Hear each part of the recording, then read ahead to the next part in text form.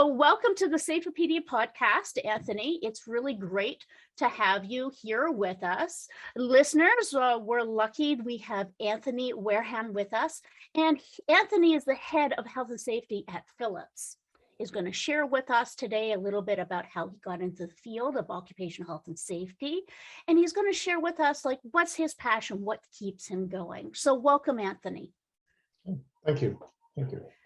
So can you share with our audience a little bit about how did you get into health and safety? Because some people, it's intentional, and others, they kind of fell into the journey. Okay, so I fall into the second category. Well, I didn't fall into it. I was pretty much pushed. So I was working in training and development at a factory in the northwest of England for what is now Honeywell. And they had a poor safety record, and the safety manager departed, and I was next in line, and I got nominated. So to tell you the truth, I wasn't super enthusiastic at the way it was sort of posed to me, but I did go in. I thought it would be an interesting experience, and it would give me some additional skills around my training capabilities to have this in my portfolio. So I thought, well, I'll give it a go and see what happens. And it turned out that I found it very interesting, and after a while, I began to get into it and saw the value and realized that it was much more interesting than what I'd been doing previously. So that's how I got into it. So yeah, it was a happy accident, if you like. A happy accident. We like happy accidents in that way. Now, you said that at the start, when you got into health and safety, you weren't that enthusiastic about it, right? Mm-hmm. Which I can understand. That happens to a lot of us, because to be upfront and candid, not a lot of people really understand what occupational health and safety really is. And many workers don't even know that there's legislation that protects them at work, which is really sad. So I can totally understand, as a worker coming into it, you're like, oh, great, now I get to do health and safety. But you said that through your learnings and everything, you did find it interesting, and you got really interested in it. So what was that did it for you and hooked you into our community? Well, the site that I was started at was particularly challenging, and in fact, I guess that the reverse of what you just said was the case there. The workers knew much more about the law than the management, because they were suing us, and we had 1 in 4 legal cases, live legal cases. I didn't count the ones that had been settled, going at any one time. We had a factory of it was about 400 shop floor employees, and 125 of them were suing us at any given moment in time. And the reason that they could do it was because we didn't have any programs or proper supervision or proper training or any of the programs that you'd have in place. So one of the things that I had to start pretty quickly was setting up those programs, because when you go to court, you have to be able to demonstrate that you've properly assessed the risks, that you've properly put in place the control measures, that you've trained, you've supervised, and you've done all the necessary management activities to control the risks that are present. And it took me about 2 or 3 years to get it under control, but the rate of claims fell off as we put the programs in place, and we turned a corner. And yeah, so I guess it was a bit of bloody-mindedness, if you like, to begin with. I didn't like to be beaten. We'd lost a lot of health and safety people at that particular location because I guess that they just couldn't cope with the sheer volume of these legal cases. I was in court maybe 2 or 3 days a week when I started. So my career in health and safety pretty much started in the law courts, and that's, was an interesting place to get started. And we were hemorrhaging cash in costs of legal experts and damages. And I mean, the management were pretty ignorant about it, and they said, oh, well, we've got insurance. I said, well, who do you think pays the insurance premiums? So yeah, so it was an intellectual challenge to begin with, but then you realize that there were people at the bottom of it all, and and that it sort of gave me that grounding around, well, what's in the business interest is also in people's interest too. I mean, we all want fit, happy employees who are productive. And if you keep on injuring them, you're unlikely to achieve that. So they are completely in line with each other. And I think most businesses that get it, see that and integrate well.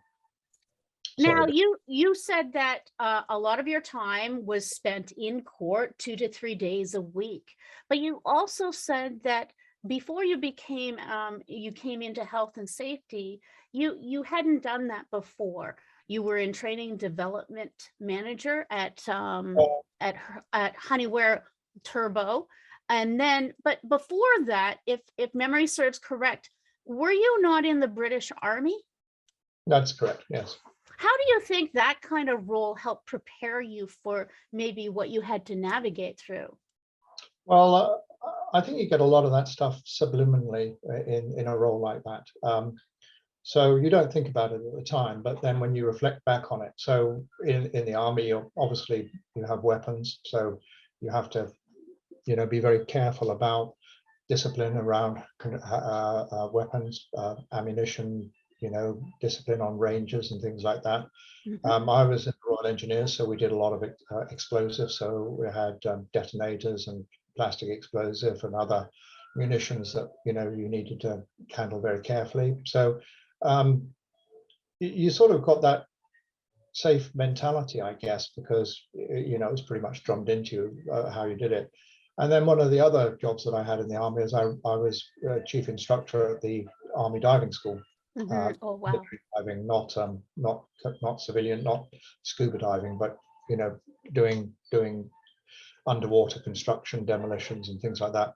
So when you've got people who are in quite dangerous situations, because it's not clear water by any stretch of the imagination, quite constricted, handling explosives underwater or whatever it is, you do sort of get a good feel for making sure that you follow good standard practices and make sure that your team are safe. It's, you're responsible for the soldiers under your command, so you don't put them into harm's way, and you take good care of that.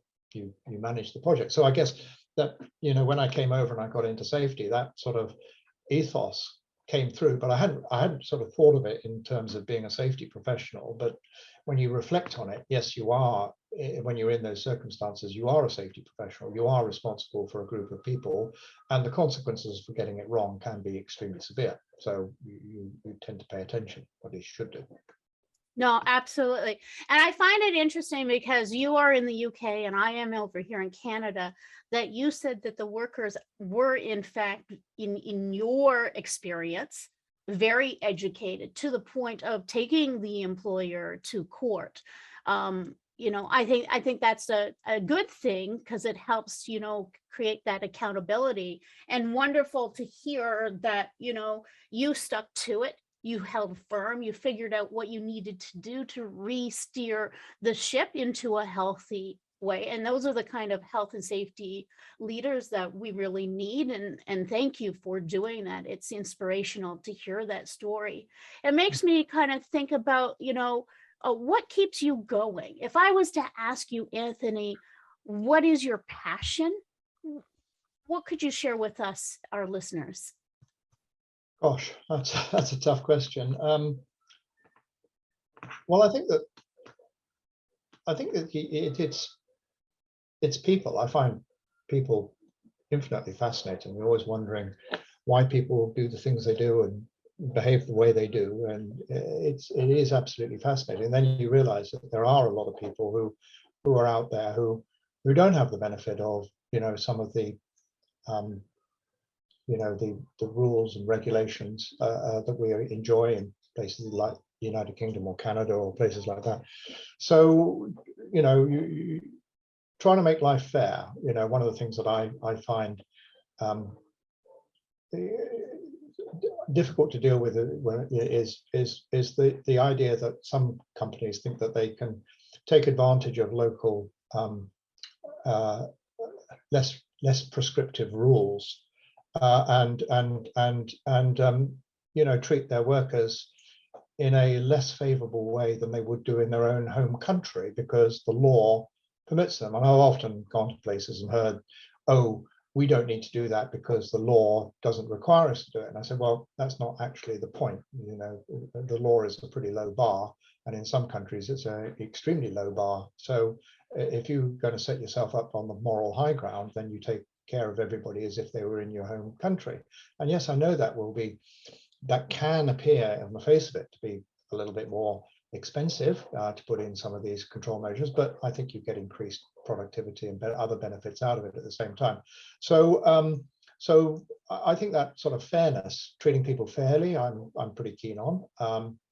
And also I find it interesting, very interesting, because, you know, when I was in some of the other roles that I had, then they're sort of pretty single shot, but you get to do just about anything. You can go anywhere, see anything, and pretty much do anything you want in health and safety. You've got to be somebody who understands physiology, psychology, engineering, mechanics, biology, chemistry, physics. All those disciplines fall into the work that we do. So you have to be a sort of, you know, have a wide spectrum of I would say interests, I guess, but in order to be successful. And, you know, but I think out of all of them, you know, looking at the way people behave is perhaps the most interesting thing, which is why I enjoy behavioral safety and, you know, find that interesting. So would you call it a passion? I don't know. I guess it made me pretty boring at a dinner party, but I find it interesting. No, I'm finding it very interesting. And I like that you brought up, you know, the fact that it's not just doing the bare minimum, what the country that you're in says, hey, yeah, this is what you should do. We know better, being from countries that we are in that does have the legislation. We know that our own legislation is just the starting point, not by any means where you should excel to be. And I appreciate you bringing that forward to our audience, because a lot of listeners are in different countries, you know, and exactly what you're bringing up is one of their frustrations, is that they know the head office of a company might be in UK or in the United States, but yet the level of health and safety that they're getting is bare minimum. So, you know, listen to Anthony and push. You deserve to have that health and safety programs and benefits that everybody in the company, your whole company, is getting to, for sure. And you also said, and I really like this about, you know, companies who think that they don't have to do the rules that pertain to their own home country when they are in a different country. Now, is there any international guidance for this? Because I know you come from Philips, so you do work globally. And apologize for my ignorance, because I only work in my own province. So can you help us understand, is there any international regulations or body that could help people? Well, that's there are one or two. So I would encourage all our people to join the American Association of Safety Engineers, the ASSE. They have chapters around the world, so you are able to get in, and you can get quite a lot of assistance through them, and you'll get also, you know, a lot of background information. There is IOSH in our country in the UK, and they run international courses. So, and you tend to find those in the countries where, you know, the United Kingdom or Britain has had more of a historical connection with. So India would be a place that you would find that. So there are organizations. There are, of course, local organizations as well. And I would encourage people, but they do differ in standards. So in China, for example, the local provincial organizations are of differing standards, or at least they used to be. So if you wanted to get an international flavor, first, I would say, first of all, I would reference the the standards of the country where your head office is. So what I would say to people in Philips is, we're going to follow European regulations because Philips is a Dutch company, and we ought to reference back to how we would treat our Dutch employees. When I worked for Honeywell, it was an American company, and then we would reference OSHA. There are certain things where OSHA provides a little better guidance, and the European Union or IOSH provide better guidance in other circumstances. So you can pick and choose what you'd want to do. But I don't think you can go very far wrong if you start with your head office country reference and say that's the way we're going to behave, because then at least you've drawn a standard and a line, a minimum standard, but you've drawn a line, and then you can go after the places that have lower standards. And they have lower standards not because they're bad people, but simply because you don't make laws to criminalize your own population. So, if you in India, for example, I think the noise level is 85 decibels before the action level comes, which is 10 decibels higher than it is in, say, for example, Europe or the United States. Now, that's not because the Indian government is happy that its people go deaf. It's simply because the majority of businesses probably are incapable of meeting it. So they've set a target that's reasonably achievable, but you're talking about all the companies in India, not the multinational companies. Now, for that reason, we have set a standard of 75. We said it's going to be the same as it is in the Netherlands. And you need to get used to the idea, this is the way we treat people in our company. Love it. I love that. Thank you. That is such a solid recommendation to people. So listeners, if you are working for a company that's very big and global, Anthony's advice to you is look at the home base of your country and get to know what the occupational health and safety regulations are in their home base, so that then when you're talking to your management and stuff, you're talking in the same language and negotiating to what they would be if they were at home in their own language. Am I getting you right? Yeah, I think that's a fair start. I mean, it's a starting point, not a destination. Yeah, that's right. Not a destination, starting point. I'm glad that you brought that up. Well, that was a great share with our audience. I'm hoping that maybe you might be able to help them a little bit more, because I know that you are senior level management in Philips. And one of the really big struggles that my audience comes back to me with, Anthony, is well, it's kind of twofold. One, it's getting their senior management buy-in on the initiatives that they're trying to implement. And then the other side is getting the buy-in of employees and that mid-level staff management when they're trying to implement something. So do you have some recommendations that you could give our audience from your own success? Well, I think you've got to take it in two different ways, I think. So when you're talking to managers, their prime concern, or one of their biggest concerns, is, are we profitable? Are we growing the business? Are our customers happy? What's the quality doing? And that sort of thing. So, and to be brutally frank, if they're not successful, then the business is not successful and nobody has a job. So the important thing is to, first of all, make sure that what you really want is a priority. Don't obsess about detail, small inconsequential details, because all you'll do is they'll become desensitized, and then you won't get anything done. You've got to couch it in the business and make the case. So for example, you want to reduce accidents, right? So you make the case of, well, the business benefits of reducing the accident, which also is probably going to improve quality, because accidents are only a manifestation of a defect where someone gets hurt. You can show them that, that there are definite business attributes, and they're good people. Nobody goes out to deliberately hurt their employees, at least I have not encountered any. So they're pretty favorable to the the emotional argument as well as the business argument, but get it in proportion, right? Now, when you're talking to the guys and girls on the shop floor, it's the emotional response. It's how we look after you and how we value you and your well-being and your health and your and safety. And don't talk to them about the the greater business aims, or or at least don't talk about it too so much to the exclusion of everything else. Make sure that you put your arguments, you tailor your arguments according to the audience that you're facing. And the other thing I'd say is, don't be a zealot, and don't stand alone. The thing about people who stand alone is it's very easy to isolate them. You can push them to one side and put a fence around them, and then you can ignore them.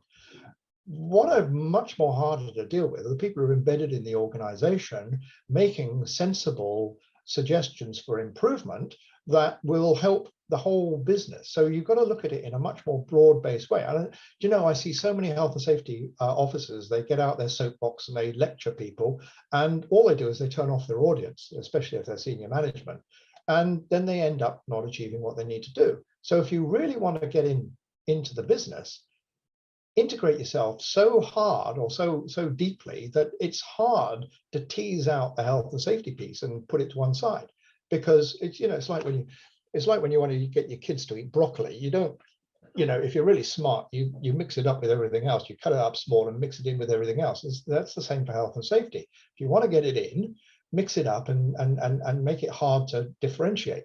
Don't give them a nice big juicy target that they can go, well, I don't like that, I'm not doing that, and push it to one side, and that's it. So a bit of a long explanation there, but that's what I found works. So tailor your approach and integrate as hard as you can. I love that. Those are really solid suggestions. I especially like with talking to your audience, that when you're talking to management, it's going towards like, what are their priorities for the business? Are we profitable? Are we growing? Are our customers happy? And then, how can you kind of do your messaging so it fits into what their priorities are? Because that's what their heads at is driving and moving the business forward. And then when you're talking to the workers, it's more of an emotional connection, more of a collaboration. We're in this together, if I'm hearing you right. And you be authentic about how much you value them, how much you appreciate them. And would I be wrong to say to also bring them in? So you were saying if you're alone, you're easier to kind of isolate. But if you're working collaboratively and got groups of people working together, as you said mixing it up into small pieces. So would that be also like even on the work floor, finding safety champions and people to be collaborating to help execute the programs? Am I hearing you right? No, I think that's absolutely correct. So when you look at what the average health and safety officer does, I think you can Pareto it.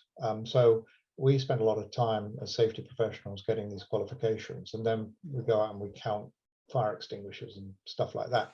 So it's really not a terribly good use of especially when you don't get many of them. So in a factory of 600, you might have 2 or 3 safety professionals who cover environment as well. If you really want to be effective, you've got to be doing the strategic stuff, not the tactical stuff. And the interesting thing is that I think that it works at so many different levels. If you engage people in the program, you start to change the culture, because it's obviously more important the more people are involved. Yes. So that's one sort of spin-off that you get from it. But also, you get a bunch of people who've probably got not a terribly interesting job, and you give them an opportunity to do something different. And they can go out, and so they can do basic low-level risk assessments. They can do basic low-level accident investigations. They can do some training, providing material. And suddenly you're giving them a whole bunch of different opportunities, but you also give them a whole bunch of skills, which make them more promotable in the future. Just because they do something in health and safety doesn't mean to say that you're not teaching them influencing and communication skills like that. And I keep on telling managers, you should do this more. But the reality is if you can free up your health and safety leader to do 80% of what's tough to do and 20% of what's trivial, rather than 20% of what's trivial and 80% of what's really meaningful health and safety value add for a professional, then you are going to leverage your programs quite significantly. So it's a win-win situation. You use your safety professional in a more constructive, strategic way, and you engage more people out on the shop floor to do the basic tactical stuff. And you train them in a whole bunch of skills that they're going to find useful in the business. So what's not to like about it? And it's the other one is one, you're showing your leadership capabilities to be able to delegate and successfully have teams of people, bringing forward positive outcomes. The other thing I'm hearing is that there's an opportunity. You were talking about, giving them the easier investigations or audit kind of those type of things. But one thing I also found, Anthony, when I was working in grocery retail, which is a very transiting business, as you might appreciate, because people come in, a lot of part-timers who are doing like university courses, etc. The wonderful gifts in the employee pool. I found one woman who was a nutritionist, right? So she was actually able to bring in some more of that health elements about nutrition and stuff like that the employees just ate up. She started doing some of that. I had another woman who used to be a nurse, and she knew a lot about physiotherapy, etc. So she brought in somebody to do ergonomics and actually at the workstation help people with stretches and setting up their booths and stuff, because we had a lot of people who had stations that they had to work at. Right. So by, again, giving them those opportunities, they may bring back a wealth of knowledge that being siloed and by yourself, you'd never have access to. No, I completely agree. I think that's absolutely the right thing to do. And, it does have, so in the first factory I told you about earlier, highly unionized, very militant. We brought some of the younger members of the shop floor onto our safety committees, and we managed to persuade some of the older timers to step aside and let some new blood at the task. And of that group, 2 went on to gain qualifications and then became professionally qualified, and then went on to be fully qualified safety professionals in their own right, working for quite big companies in Europe. And you get a satisfaction when you see that happen as well, when you get the opportunity to give somebody a little bit of a start. These guys, as I said, they were unskilled laborers on the shop floor, doing basic jobs. I don't know whether they would have found some other route to success, but it's nice to have been part of it and give them some assistance in that direction. And I do think that, and you do that with your professionals. You get young people coming in and they're new, fresh out of university. Mostly they come out of university. You don't get so many people like me who've been thrown in at the deep end, sort of halfway through their career. You get people who start out with the intention of being a safety professional. So they need development and opportunity, and the people we have in Philips are fantastic. I was in the United States last week with them and met a whole bunch of new hires, which I hadn't been able to meet over the pandemic, and they're going great guns. I'm going to change our direction a little bit because I do see the time. We're coming to the end of our time. And I know that we're having the EHS Congress in Berlin this September, the 13th and 14th. And it's my understanding that you're going to be speaking there. That's correct. Yeah, I've done a few of these congresses with Andrew. I find him fascinating and very, very knowledgeable. So it's a pleasure to be out at a event where he's chairing it. So that's fantastic. So I'm really going to talk about some of the stuff that I've already we've talked about for the last 20 minutes or so. One thing that always surprises me is that people find what I've got to say interesting, because it's sort of pretty obvious to me about with some of this stuff. So what I'm going to be talking about is structure, process, and digitization. So structure is simply about making sure you've got the right people in the right place with the right skills and the right motivation, which sounds nice and easy, but can be a bit more challenging. So if you don't have the right structure, it's very hard to implement the programs, because you don't have any anybody to do the heavy lifting.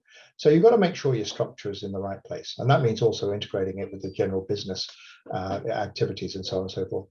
And then it's process. And I know process gets there because people quite often they come along and say it's all about behaviors. Well, ultimately, yes, it is. But if you don't have structure and process, there's no way you're going to get the, this is my view, I don't think you can get any meaningful grip on what the behaviors ought to be, because behaviors are, you know, your performance against a standard. And whether you, if you follow the rules, then your behaviors are deemed to be correct. And if you don't follow the rules, then your behaviors are incorrect. In fact, I think that's basically a great definition of behaviors, because some people overcomplicate it. But you must have process. You must describe what the rules are. You know, so it's no good going around and saying, oh, well, your safety behaviors are poor when they've got nothing to reference again. You say, well, you didn't follow the lockout tagout procedure. That is a poor behavior. And they say, well, I don't know what it is. You say, well, here it is. It's written down. Let me show you how you're supposed to perform this particular activity. This is what we want you to do in the future. And this is the behavior we're expecting to see. That is it. So you have to have process. You do need to describe what needs to be done with great clarity. And then once you've done that structure and process, then you can talk about behaviors. And on top of that is digitization, because we live in a world where we have increasingly more to do. But if we're smart, we can use the digital capabilities that are now available to do that. Smartware, cameras, you know, that all those activities, voice activated, mobile phones, all these things are all enablers. And basically, you've got to get the classic health and safety manager sitting behind a computer, entering data on an Excel spreadsheet, and get them out there doing stuff and collecting the data and uploading it somehow automatically. So you don't have to do that. That's what I think you should do. So we should be spending the majority of our time looking at the problems and dealing with people, interacting with people, managers, shop floor, not sitting behind a computer, not data crunching. There's ways of getting around that, smart ways of getting around that. So in a nutshell, make sure you've got the right people in the right place, make sure that you've got a set of rules to follow, make sure that you digitize as much as you can to maximize the effectiveness of your people. And once you've got all that in place, well, you can then start having some meaningful discussions around behaviors. Now, I like how you put that very simply, and especially the right people in the right place, and especially the processes, and explaining in an adult to adult way the value of the processes, the whys. And I think that in itself is going to be even more critical with the next generations coming in, because what I've noticed is that they really want to know the why. Why are we doing it this way? What's the value add of doing it this way as opposed to another way? So I think that's going to be really coming in fast and furious as the younger generation moves into the workforce. But the other thing is the technology piece. Is because they are very attuned to using technology for everything that they're doing, flipping from their wearable devices to their phones. Using an actual computer is something that they do less and less now. So what's your advice? Because I'm sure you're finding this at Philips. Well, it's a very, very big, complex study. So I think one of the things that we do is, you know, we like to think that we're data driven, and in my experience, we're not. We talk about, you know, total case away, days away, lost workday case rates, and total case incident rates, you know, the OSHA standards and things like that. But the paradox is, the better you get at it, the less accurate your data becomes. You have fewer data points, so your margins for error widen. So if your confidence interval rather. So so the reality is that when you get down to very low numbers of accidents, you're expecting almost an infinite performance improvement, which is completely counterintuitive. And the reason we do that is because it's easy to measure, but actually it's not that easy to measure because different people measure it differently around the world. So people have a different standard for a total case rate, but that's another subject. But if you really want to get into what's going on, you've got to measure cause and effect, and you've got to measure it in a statistically significant way. So if you want to know what your accident rates are doing, it's no good measuring the recordable accidents. You've got to measure up all the accidents. Right, if you're going to do that, how do you get the data in the system? Because are you going to have your safety professional enter all the first aids? Well, it would be a complete and utter waste of time. So the only way you're going to get it in is to digitize and put it on and enable everyone to be able to report an accident, or maybe on their mobile phone or something like that. Once you've got that, then you can start to see the true trends, and you produce this data lake that you can then slice and dice and interrogate. And you have enough data points to have a confidence interval that actually tells you whether you're making an improvement or not. Most confidence intervals for total case rates that I've ever seen are so wide that actually people do not get improvement through targeted programs. They get improvements by luck.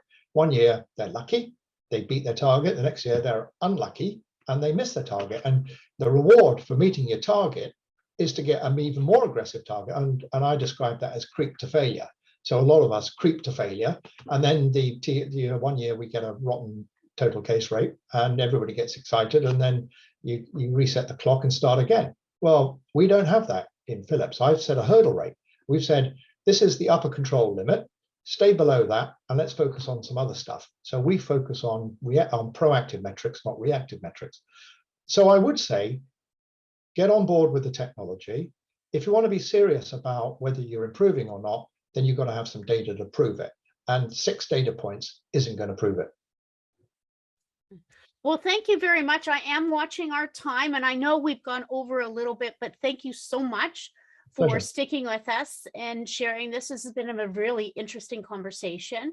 I look forward to seeing you at the EHS Congress in September. That's September the 13th to 14th for people listening in Berlin. So Anthony, thank you again so much for joining us today. It's a pleasure. Nice talking to you. And I'm looking forward to seeing you too in Berlin. Okay. Thank you. And thank you, listeners, for joining us. If you're looking for great content, make sure to check out the EHS Congress link below. They are having a fabulous conference in Berlin, September the 13th and 14th. And if you're looking for some great safety content to share amongst yourselves, your network, and your team, please visit us at safeopedia.com. Until next time, stay safe.